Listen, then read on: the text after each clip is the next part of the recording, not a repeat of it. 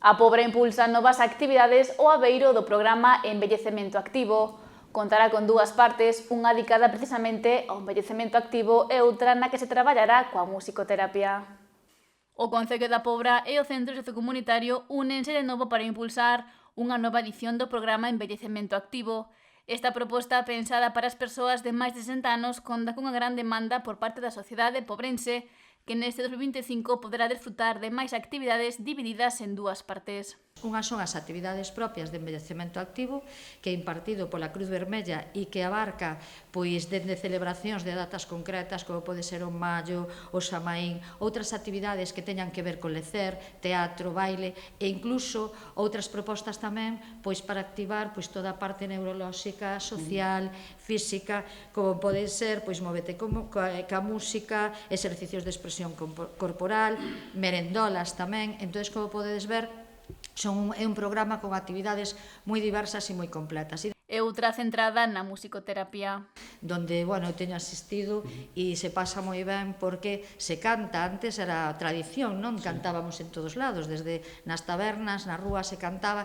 E isto non só tamén o plano lúdico, sino o plano de recuperación daquelas cancións que incluso na memoria vamos perdendo e que eles tamén, as persoas que acuden, exercitan a parte máis neurolóxica, como pode ser o tema de memoria. Entón, como podes ver, é un programa moi completo. O director do Centro Sociocomunitario da Pobra, Ricardo Lago, precisou que estas actividades son moi importantes para mellorar o proceso de envellecemento da veciñanza.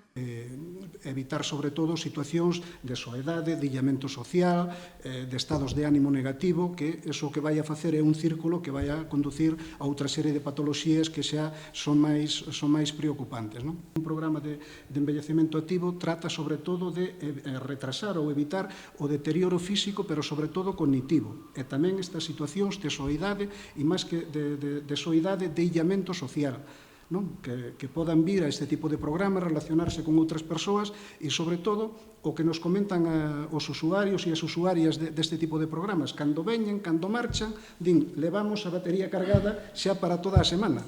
É dicir, é un programa que ten unha aceptación impresionante, que ano tras ano, con máis número de persoas, xa vai a chegar a un punto que xa por capacidade teremos que reinventarnos a ver que podemos facer. Esta nova edición arrancará en abril. Se divide en dúas partes, unha vai de abril a maio, as tardes dos venres, e outro xa se retoma despois de outubro a novembro, envellecemento activo, e ata decembro o que é musicoterapia.